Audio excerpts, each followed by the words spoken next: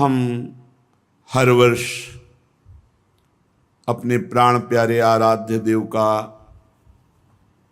प्राकट्य उत्सव मनाते हैं। आज करुणानिधान सर्वलोक महेश्वर भगवान परमात्मा परब्रह्म श्री कृष्णचंद्र जी यह करुणा करके समस्त जीवों को परमानंद प्रदान करने के लिए ही प्रकट हुए। और ये प्राकट्य उत्सव सार्थक तभी हो जब हमारे हृदय में प्रकट हो, मेरे मन में, मेरे प्राणों में, एक एक श्वास में, एक एक नस नाड़ी कृष्ण कृष्ण कृष्ण भगवत स्वरूप हो जाए, हमारे हृदय में प्रभु का अवतार हो, हमारे हृदय में भय प्रगट कृपाला दीन दयाला। देवकी वसुदेव जी ने महान तप किया कि संसार का स्वामी भगवान मेरा पुत्र बने। नंद यशोदा जी ये सब महान तप संपन्न, इनको सुख प्रदान करने के लिए भगवान प्रकट हुए। ये दुराचारियों का विनाश तो बहुत साधारण सी बात है। श्री सुखदेव जी कहते हैं कि ये उस समय की बात है जब लाखों राक्षसों ने, असुरों ने, दैत्यों ने राजाओं का रूप धारण करके पृथ्वी में आतंक मचा रखा था। अहंकार से भरे हुए, बल से भरे हुए पृथ्वी को आक्रांत कर रखा था। आक्रांत पृथ्वी त्राण पाने के लिए रो रही थी। ये उस समय की बात है जब यदुवंशी राजा शूरसेन माथुर मंडल, शूरसेन मंडल का मथुरापुरी में रह करके शासन करते थे। ये मथुरा समस्त यदुवंशी नरपतियों की राजधानी थी। मथुरा में सदैव भगवान की उपस्थिति पाई गई है। मथुरा में सूर्य के पुत्र वसुदेव जी का विवाह देवकी जी के साथ हुआ। ये उस समय की बात है जब नवविवाहिता पत्नी देवकी को रथ पर विराजमान करके वसुदेव जी ले जा रहे थे। कंस बड़ा बलवान, स्वभाव में धूर्तता, वसुदेव जी से कहा मैं रथ हाँकूंगा, मेरी बहन है। और रथ के घोड़ों की लगाम पकड़ ली, स्वयं रथ हाँकने लगा। रथ चल पड़ा। जिस समय घोड़ों की लगाम पकड़कर कंस रथ हाँक रहा था, उसी समय स्पष्ट आकाशवाणी हुई, अरे मूर्ख, जिसको तू रथ में बैठाल कर लिए जा रहा है, उसकी 8वें गर्भ की संतान तुझे मार डालेगी। भोजवंश का कलंक। आकाशवाणी सुनते ही कूद पड़ा रथ से, तलवार खींच ली और बाल पकड़े देवकी के। वसुदेव देवकी के लिए आदेश किया, तत्काल हथकड़ी बेड़ियों से जकड़ करके इनको कैद खाने में डाल दिया जाए और बहुत ही कठोर पहरा लगा दिया जाए। वर्ष वर्ष में जो संतान होती मारता गया, उसे हर बार शंका बनी रहती, पता नहीं वो भगवान किन बालक के रूप में प्रकट हो जाए। परीक्षित, पृथ्वी में बात प्रायः देखी जाती है कि अपने प्राणों का ही पोषण करने वाले जो लोभी लोग होते हैं, वो चाहे राजा हो चाहे कोई भी हो, वो अपने स्वार्थ की पूर्ति के लिए माता पिता भाई बंधु किसी की भी हत्या कर सकते हैं। माता की, पिता की, भाई की, बंधु की, मित्रों की, इष्ट की, किसी की भी। ऐसे स्वार्थी पुरुषों से कभी मित्रता नहीं रखनी चाहिए, इन्हें हानि ही होती है। जब कंस ने एक एक करके देवकी जी के 6 बालक मार डाले, तब देवकी के 7वें गर्भ में भगवान के अंश स्वरूप अनंत महिमा अनंत बलशाली भगवान शेष जी पधारे देवकी जी के गर्भ में। अनंत भगवान जब 7वें गर्भ के रूप में देवकी के उदर में पधारे, बड़ा आनंद। पर देवकी जी को लगा कि कंस इसे भी मार डालेगा, इसलिए वो रुदन करने लगी। विश्वात्मा भगवान ने देखा कि माता को बहुत दुख है और यदुवंशियों को कंस सताए ही जा रहा है, तो अपनी योग माया का स्मरण किया और योग माया को आदेश किया, देवी कल्याणी तुम ब्रज में जाओ, वह प्रदेश ग्वालों और गौओं से सुशोभित है। वहां नंद बाबा के गोकुल में वसुदेव जी की पत्नी रोहिणी गुप्त रूप से निवास कर रही। उनकी और भी पत्नियां कंस के डर से गुप्त स्थानों में रह रही। इस समय मेरा महान अंश, जिसे अनंत शेष जी कहते हैं, देवकी के उदर में गर्भ रूप से विराजमान है। तुम जाओ वहां से उस गर्भ को रोहिणी के उदर में रखो। मैं स्वयं आ रहा हूं, अब विलंब सा आने जा रहा। अब मैं समस्त ज्ञान बल आदि अंशों के साथ देवकी का पुत्र बनूंगा और नंद बाबा की पत्नी यशोदा के गर्भ से तुम प्रकट हो। योग माया को आदेश किया। जब योग माया ने देवकी का गर्भ ले जाकर रोहिणी के उदर में रख दिया, तब समस्त द्वारपाल और सब जगह खबर पहुंच गई, गर्भ नष्ट हो गया देवकी। किसी को आंतरिक पता तो है नहीं। नगरवासी बहुत कि बेचारी के 6 तो मार डाले गए और 7वां गर्भ नष्ट हो गया। हाय कितना कष्ट देवकी को है। देवकी जी भगवान का निवास स्थान बन गई। परीक्षित, अब समस्त शुभ गुणों से युक्त बहुत सुहावना समय आया। रोहिणी नक्षत्र था। आकाश के सभी नक्षत्र ग्रह और तारे सौम्य हो रहे थे।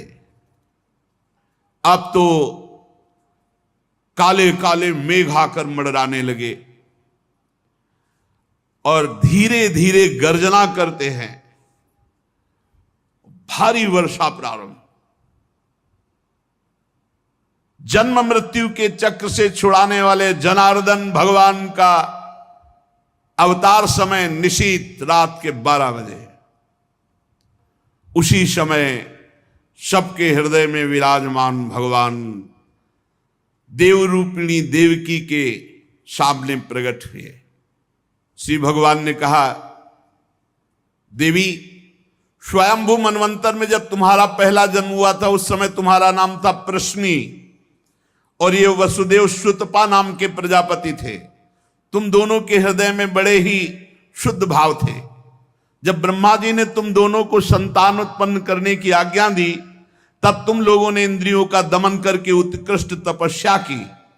तुम दोनों ने वर्षा, वायु, घाम, शीत, उष्ण आदि काल के विभिन्न गुणों को सहन किया और प्राणायाम के द्वारा अपने मन के मल को धो डाला। तुम दोनों ने सूखे पत्ते खाकर फिर हवा पीकर केवल तपस्या की। अभीष्ट वर प्राप्त करने की इच्छा से मेरी आराधना की। कितना कठिन तप। मुझ में चित्त लगाकर ऐसा परम दुष्कर घोर तप करते हुए देवताओं के 12,000 वर्ष व्यतीत हो गए। पुण्यमयी देवी, उस समय में तुम दोनों पर प्रसन्न हुआ, क्योंकि तुम दोनों तपस्या, श्रद्धा, प्रेममयी भक्ति से अपने हृदय में नित्य निरंतर मेरी भावना की थी। जैसा मैं आज तुम्हारे सामने प्रकट हुआ हूं, ऐसा उस समय भी प्रकट हुआ था और तुमसे कहा वरदान मांगो। तब तुम दोनों ने कहा आप जैसा पुत्र मुझे चाहिए। तो मेरे जैसा तो सिर्फ मैं ही हूं। तो मेरे जैसा पुत्र, तो मैंने ये वरदान दिया कि मैं ही स्वयं तुम्हारा पुत्र बनकर आऊं। ये छोटी मोटी तपस्या का फल नहीं है, आप देख लीजिए। अगर आप जीवन भर रामकृष्ण हरि भगवान नाम जपते हुए भगवत प्राप्त हो जाते तो कितना सरल है, कितना सरल है इसीलिए धन्य है ये कलयुग जो कम समय में भगवत प्राप्ति, केवल भगवान नाम जप और थोड़ा सा केवल पापाचरण से अपने को बचा लो तो भगवत प्राप्ति हो जाएगी। हे माता जी, मैंने देखा कि संसार में शील, स्वभाव, उदारता, अन्य गुणों में मेरे जैसा कोई नहीं, इसलिए मैं ही तुम्हारा पुत्र हुआ। मैं ही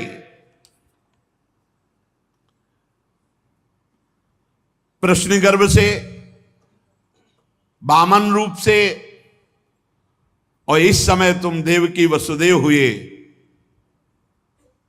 वासुदेव के रूप से। एक बार मैं वचन बोलता हूं, उसे 3 बार पूरा करता हूं। ये भगवान का नियम। मेरी वाणी त्रिकाल सत्य है। एक बार तुमने मांगा पुत्र तो प्रश्नी गर्भ, वामन रूप, और इस समय वासुदेव रूप, कश्यप आदित्य के रूप में वामन रूप। और मैंने ये रूप इसलिए प्रकट किया कि जब मैं अवतार लेकर मनुष्य शरीर में लीला करूंगा तो मुझे पहचान पाना बहुत कठिन है। इसलिए तुम लोग ध्यान रखना मैं कौन हूं। ये खास बात, एक खास बात ध्यान देने योग्य बात है। भगवान कह रहे हैं कि तुम दोनों मेरे प्रति पुत्र भाव और निरंतर ब्रह्म भाव रखना। युवाम माम पुत्र भावेन ब्रह्म भावेन चासकृत चिंतयंतो कृत स्नेहो या से थे मदगतिम पराम, तब तुम मेरे परम पद को प्राप्त होगी। चिंतनीय कौन है गोपाल जी, कौन है लाल जी? कह रहे तुम मेरे प्रति पुत्र भाव और निरंतर ब्रह्म भाव, इस प्रकार के चिंतन द्वारा तुम मेरे पद को, मेरे प्रिया प्रीतम है कौन? देखो हित सजनी जो नहीं कह रहे, जैसे हित हरिवंश करत अपनो जस प्रगट अखिल ब्रह्मांडन, अखिल ब्रह्मांड के अधिपति हैं। पर ब्रह्म परमात्मा तत्व की उपासना हो रही। हमारा भाव है कि वो हमारे यार हैं, हमारे मित्र हैं, हमारे पति हैं, हमारे पुत्र हैं, हमारे स्वामी हैं, जो भाव रख सके, लेकिन है कौन? इसीलिए शांत भाव है। शांत भाव में पूर्ण तत्व ज्ञान हो जाता है। भगवान इतना कहकर चुप हो गए और अपनी योग माया से देखते देखते एक छोटे शिशु के रूप में नीलमणि वसुदेव जी ने देखा कि भगवान तो बाल रूप हो गया। अब तो और डर लगा, कहीं कंस को पता चल गया और तलवार लिए हुए आवे, कुछ अमंगल करे। बहुत घबरा गए और भगवान ने कहा कि मुझे गोकुल पहुंचाओ, नंद बाबा के यहां सुधा मैया के पार्श्व में सुला के आओ। मुझे तुम्हें डर लग रहा है, मैं मारूंगा इसे, पर अभी मुझे पहुंचाओ वहां। भगवान की आज्ञा का पालन करने के लिए जो ही चेष्टा की, ध्यान दीजिए, भगवान की आज्ञा का पालन करने के लिए जो ही चेष्टा की तो अपने आप हथकड़ी बेड़ियां कट गई। माया की हथकड़ी बेड़ियां कट जाएंगी जो ही भगवान की आज्ञा का पालन कर। और बड़े बड़े दरवाजे, कोई एक दो नहीं थे, कई दरवाजे थे कंस के कारागार के। फटाफट सब ताले टूट गए, दरवाजे खुल गए। अद्भुत चमत्कार। और जितने पहरेदार घोर राक्षसी स्वभाव के, जिंदा खा जाए ऐसे पहरेदार थे, सब मूर्छित घोर निद्रा में। अब हथकड़ी बेड़ी कट गई, लाला को लेकर के चले। उस समय घोर बादल छाए हुए, अंधेरा, कुछ दिखाई नहीं दे रहा। कितना कष्ट में जीवन भक्त। अब सोचो, अभी अभी तो प्रकट हुए हैं और अभी अभी त्याग करने जा रहे हैं, अभी अभी त्याग करने। इधर समस्त द्वारपाल सब सोए हुए हैं, वसुदेव जी भगवान को लेकर। वर्षा हो रही, पीछे पीछे गुप्त रूप से शेष भगवान फण धारण किए, मेरे प्रभु को बूंदे ना लगे। जब वो लीला कर रहे, वसुदेव जी को पता नहीं कि पीछे शेष भगवान फण धारण किए। वो तो बस चिंतन में चले जा रहे हैं, कैसे वहां जाएंगे, कोई जान ना जाए कोई। और वहां पहले ही योग माया ने पूरी व्यवस्था करी, पूरा का पूरा परिकर सब बेहोश है नींद में, किसी को सुध नहीं है। केवल यशोदा मैया को प्रारंभ में इतना था, कुछ हुआ और बेहोश हो गई। क्या हुआ ये निर्णय नहीं हुआ। पूर्ववासियों की समस्त इंद्रिय वृत्तियों की चेतना हर ली, सब अचेत हो गए। इतनी मोटी जंजीरें लगी हुई थी, ताले लगे हुए थे, जेल के साथ टूट गए। भगवान श्री कृष्ण को गोद में लिए हुए जैसे जैसे आगे बढ़ते सब दरवाजे अपने आप खुलते चले थे और पहरेदार सब सो रहे। बादल नजदीक आकर मानो बरस रहे हो, ऐसे लटक लटक के बादल। शेष भगवान अपने फणों से जल को रोकते हुए 1000 फण धारे पीछे पीछे चल रहे। यमुना जी ने देखा कि प्रभु पधार रहे तो पहला चरणामृत तो हमारे अधिकार बनता है। अरे जिनके चरणों का ध्यान बड़े बड़े महापुरुष शिव आदि करते हैं, आज वही प्रभु मेरे पास आ रहे हैं। आनंद में भर गई यमुना जी और उफान। यमुना जी ने जब उफान आनंद का लिया तो वसुदेव जी के प्राण बहुत घबरा रहे हैं कि अब क्या करें, लौट सकते नहीं, कोई नौका आदि है नहीं। चलो प्रभु ने आज्ञा करी है तो वही देखेंगे। अब मेरे प्राण चाहे चले जाएं, मेरे लाला को कुछ ऐसे। यमुना जी उफान कर रहे कि चरण छू ले, और वसुदेव जी उल्टा सोच रहे कि यमुना जी बढ़ रही तो लाला को बचाए। देखो ये समर्पण है, मेरे प्राण भले चले जाए, बस आज्ञा का पालन, प्रभु को पहुंचाना है और सुरक्षित पहुंचाना है। यमुना जी ऐसे थपेड़ जोर जोर से बढ़ रही। भगवान ने कहा बाबा तो और ऊपर उठाते चले जा रहे, तो यमुना जी और बढ़ती चली जाएंगी। एक श्री चरण बड़ा, ये वसुदेव जी को पता ली, जो ही यमुना जी को श्री चरण प्रभु के स्पर्श हुए तो तुरंत नाभिभर हो गई और ऐसे एकदम शांत। वसुदेव जी बाबा के नगर में गोकुल में गए तो डर रहे थे कि कोई देख न ले, लेकिन वहां कोई देखने वाला ही था, सब सोए हुए थे। उन्होंने अपने पुत्र को, अब वो ऐसे देख रहे थे, और जहां सुलाया तो वहां भी पुत्र था, पार्श्व में योग माया और वही पुत्र। भगवान के इस अवतार में 2 अवतार हुए। एक हुआ चतुर्भुज नारायण भगवान का अवतार जो वसुदेव देवकी के सामने, और एक हुआ पीछे आपने सुना है नंद बाबा और यशोदा मैया बहुत ऐश्वर्य समृद्धि सब रिद्धियां सिद्धियां अठखेलियां कर रहे। ब्रज तो यहां रिद्धियां सिद्धियां अठखेलियां कर रही, कौन पूछता है। अवस्था डल गई थी नंद बाबा की, चौथापन था, और ब्रजवासी बाबा की इस दशा को देख के सह नहीं पा रहे थे। बाबा खिन्न रहते थे। उपनंद आदि वृद्ध गोपों ने परामर्श करके पुत्रेष्टि यज्ञ का आयोजन किया। सबने यज्ञ पुरुष गोपराज नंद को पुत्र प्रदान करने की प्रार्थना की भगवान से। पुत्रेष्टि यज्ञ हुआ। जैसे महाराज दशरथ जी की अवस्था ढल चुकी थी तो श्रृंगी ऋषि ने पुत्रेष्टि यज्ञ करा, उससे खीर, फिर भगवान 4 रूपों में प्रकट हुए, राम लक्ष्मण भरत शत्रुघ्न। पुत्रेष्टि यज्ञ का अनुष्ठान हुआ नंद बाबा के यहां। अब उच्च कोटि के ब्रह्म ऋषि वेद ध्वनि आकाश में मुखरित हो रही थी।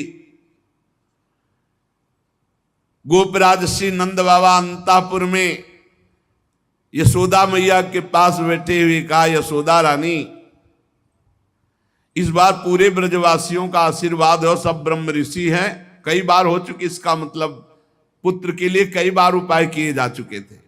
इस बार फलस्वरूप में मेरे पुत्र होगा। मन में बड़ी कामना है।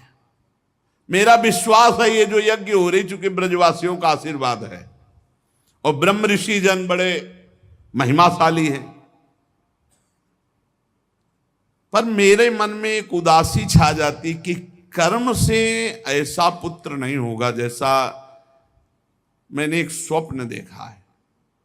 ये कर्म जनित तो नहीं हो सकता। यज्ञादि कर्मों के सभी फल चंचल हैं और मैंने जो पुत्र देखा है वो अचल है, अविनाशी है। बड़ी आशा, पर लगता है मेरी दुराशा है क्या? वो कर्म फल से तो नहीं प्राप्त हो सकता जैसे मैंने देखा है।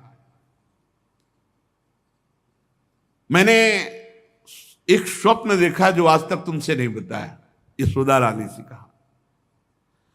भगवान नारायण भी उतने सुंदर नहीं जैसा वो बालक सुंदर मुझे स्वप्न में दिखाई दिया। मुझे ऐसा लगता है कि त्रिभुवन में कोई है नहीं सुंदर। एक बार जिसके हृदय में वो प्रकट हुआ उसको कोई आकर्षित कर सके ऐसा त्रिभुवन में नहीं। ब्रजराज की बात सुनकर यशोदा रानी ने कहा, सच्ची तुमने स्वप्न में देखा है? बोले हाँ। बोले मैंने तो बताया नहीं, मैंने भी स्वप्न में देखा है। क्या? बोले मैं नित्य सहधर्मिणी हूं, तुम्हारी सुख दुख की नित्य संगिनी हूं, मैं तुमसे क्या छिपाऊं। जैसे बालक की बात कर रहे हो ना, हमने तो इसलिए नहीं बताया कि आप कहोगे कि तुम्हारा पागलपन है। बिल्कुल वैसे ही मैंने देखा है। श्यामश्चंचल चारु दीर्घ नयनो बालस्तवांक स्थले दुग्धोद्गारि पयोधरे स्फुटमसौ क्रीडन मया लोक्यते स्वप्नस्तत्किं मुजागरः किमथ वेत्ते तन्न निश्चीयते सत्यं ब्रूहि सधर्मिणी स्फुरति किं सोयम तवाप्यंतरे। बाबा ने कहा मैंने भी देखा। दिव्याति दिव्य नीलमणि सदस्य श्याम सुंदर वर्ण एक बालक तुम्हारे गोद में दुग्ध पान कर रहा है, जो चंचल नेत्र मनोहर विशाल भाल तुम्हारी गोद में स्थित देखा, वो तुम्हारा पयोधर पान कर रहा है। कैसे बताऊं, अब तो मेरी ये दशा है कि सोता हूं या जागता हूं मुझे कुछ पता नहीं चलता। हर समय बालक लगता है मेरी गोद में चढ़ रहा है, मेरी दाढ़ी खींच रहा है। कभी मैं देखता हूं तुम्हारी गोद में दुग्ध पान कर रहा है। यशोदा मैया आनंद विवल होके कहने लगी, ब्रजराज ऐसा ही, ऐसा मैंने भी देखा है, ऐसा ही देखा है। वो तुम्हारे तोंद पर चढ़े खेल रहा, मैंने देखा है ऐसा। सत्य सत्य सत्य कहती हूं, मैंने देखा मैंने कि उसे स्तन पान करा रही हूं, पर संकोचवश नहीं बताया। कहां वो दिव्य बालक और कहां मैं। ब्रजराज नंद ने कहा मैंने असंभव समझकर ये बात तुमसे छुपाई थी। यशोदा मैया ने कहा मैंने भी, कि तुम हमारा पागलपन समझोगे। लेकिन ऐसा अगर दोनों के स्वप्न में आया तो जरूर भगवान हमारे स्वप्न को पूरा करेंगे। नारायण जिनकी हम आराधना करते हैं, नारायण सेवानिष्ठ नंद बाबा और यशोदा मैया दोनों तन मन वचन से भगवान श्री हरि की शरण में होकर के द्वादशी दिन यथाविधि व्रत करने का नियम लिया। पुत्रेष्टि यज्ञ के बाद द्वादशी व्रत की संख्या वृद्धि के साथ साथ अब वो स्वप्न में देखा हुआ जो दिव्याति दिव्य बालक है वो खुली आंखों झलकने लगा। अब तो भारी व्याकुलता बनी। व्रतानुष्ठान सर्वांग पूर्ण संपन्न हुआ तो एक दिन देखा कि स्वप्न में भगवान श्री हरि आए और मधुर वाणी में बोले, नंद यशोदा तुम मुझ में आसक्त और मेरे परम भक्त हो, तुम इतने खिन्न क्यों हो रहे हो। अतसी कुसुम के सदस्य श्याम सुंदर सुकुमार कुमार जो तुम्हारे स्वप्न में जागृत में अनुभूति का विषय बना हुआ है वो मैं हूं। निकुंज विलासी श्री ठाकुर जी ने कहा, जगत में वात्सल्य प्रेम का प्रचार करने के लिए मेरी प्रेरणा से द्रोण और धरा के रूप में तुम स्वर्ग से आविर्भूत हुए हो। कल्पों तपस्या की है मेरी प्राप्ति के लिए, जो ब्रह्मादि के लिए अलभ्य है। सौभाग्य है कि वो तुम्हें प्राप्त हो रहा है। उसी फल का आस्वादन करने के लिए अब तुम तैयार हो जाओ। चिंता मत करो गोपराज, मैं प्रकट होने वाला हूं। समझिए, वहां देवकी वसुदेव के यहां चतुर्भुज भगवान नारायण और यहां निकुंज विलासी श्री ठाकुर जी। श्री यशोदा जी बहुत आनंदित रहने लगी। तो एक दिन समस्त ब्रजवासियों ने देखा कि एक अर्धवृद्धा तपस्विनी स्नातक ब्राह्मण बालक को लिए गोपराज नंद की सभा में पधारी।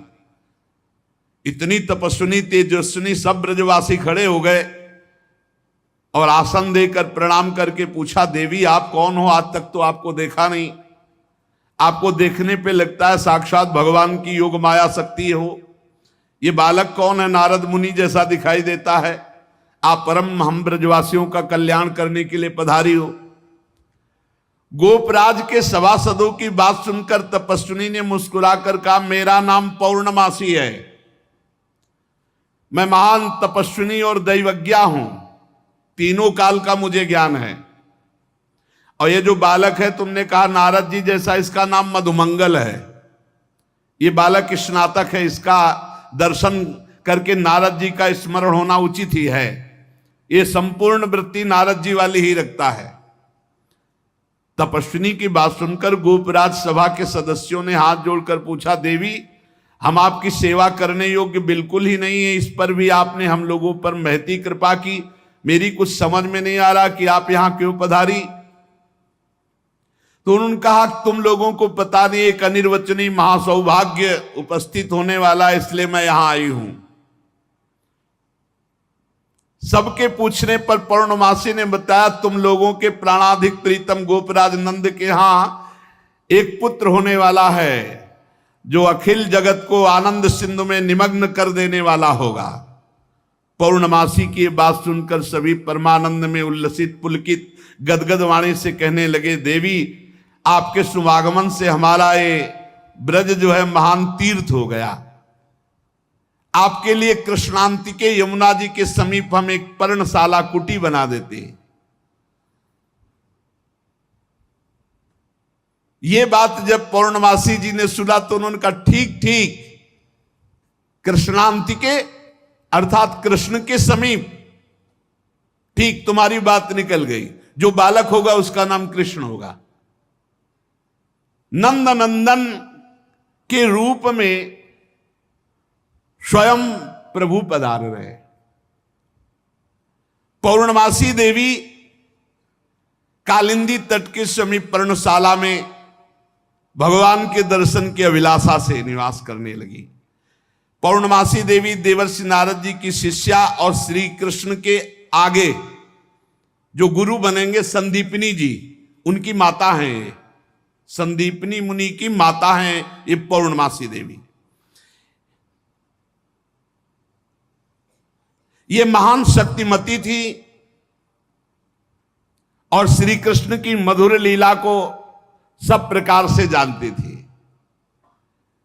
भगवान की लीला का आनंद बढ़ाने के लिए मस्खरे मनसुखा के रूप में वो मधुमंगल।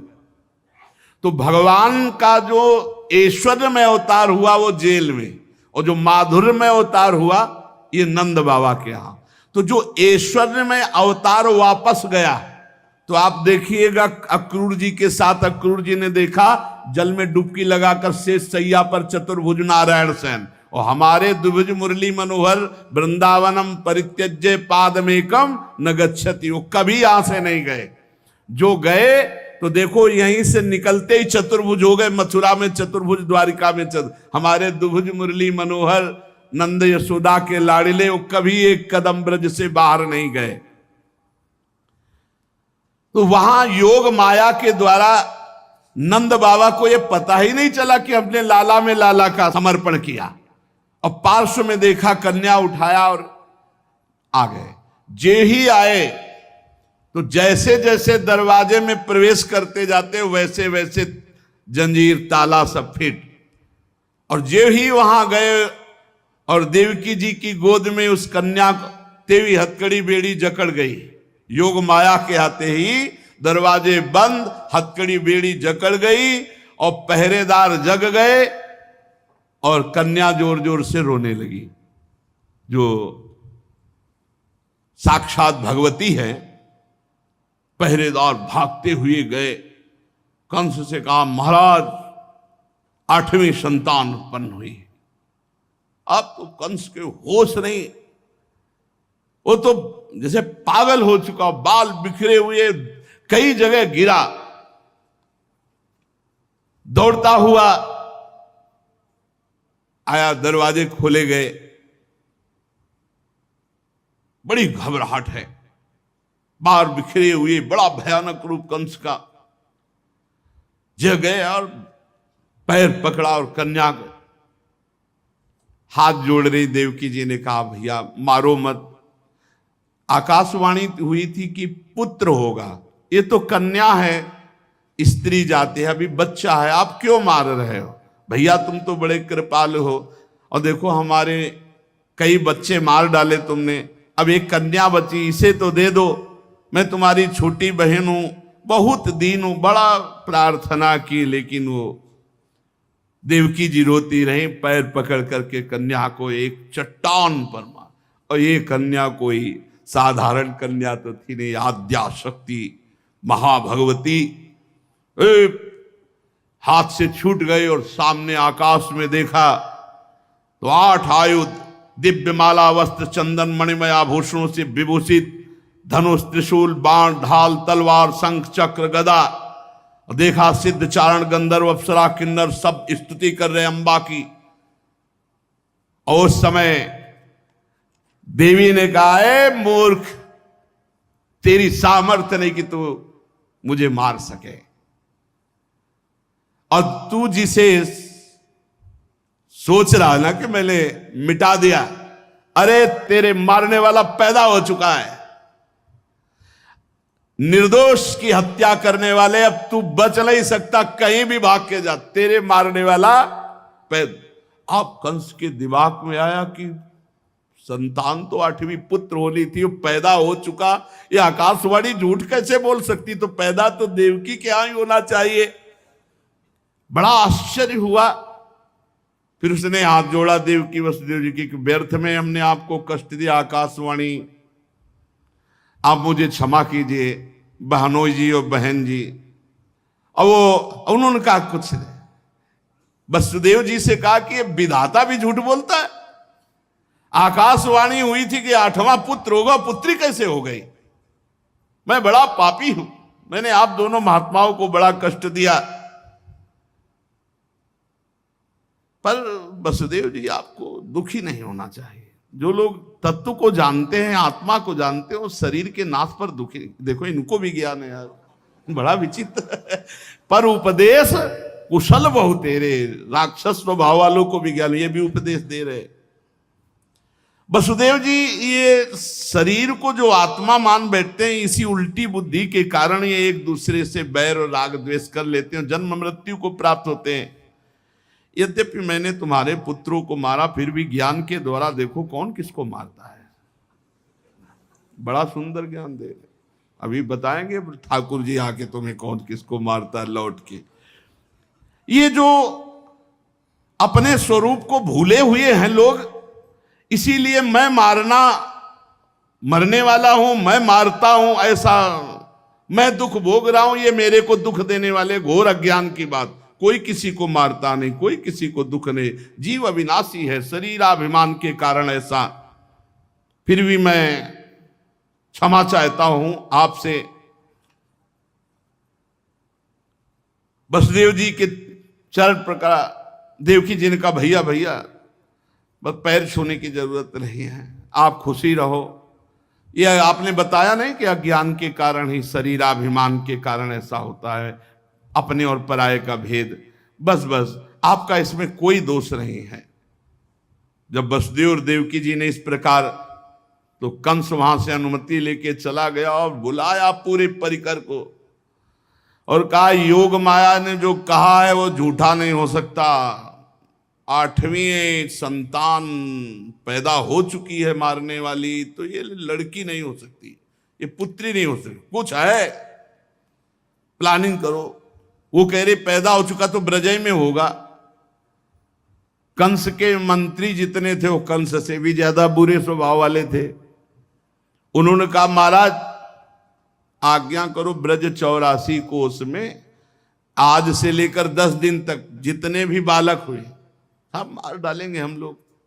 बड़ा प्रसन्न हुआ इसका प्लान कि सबका नाश, और भगवान पहुंच चुके हैं यहां से ऐश्वर्य स्वरूप, और यहां से ब्रज के लाडिले ठाकुर कभी बाहर नहीं गए, पक्का मानना।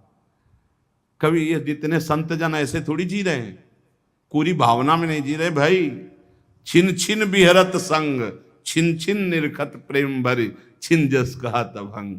अब जब मैया के नेत्र खुलेंगे, लाला को देखेंगे तो उत्सव मनाएंगे।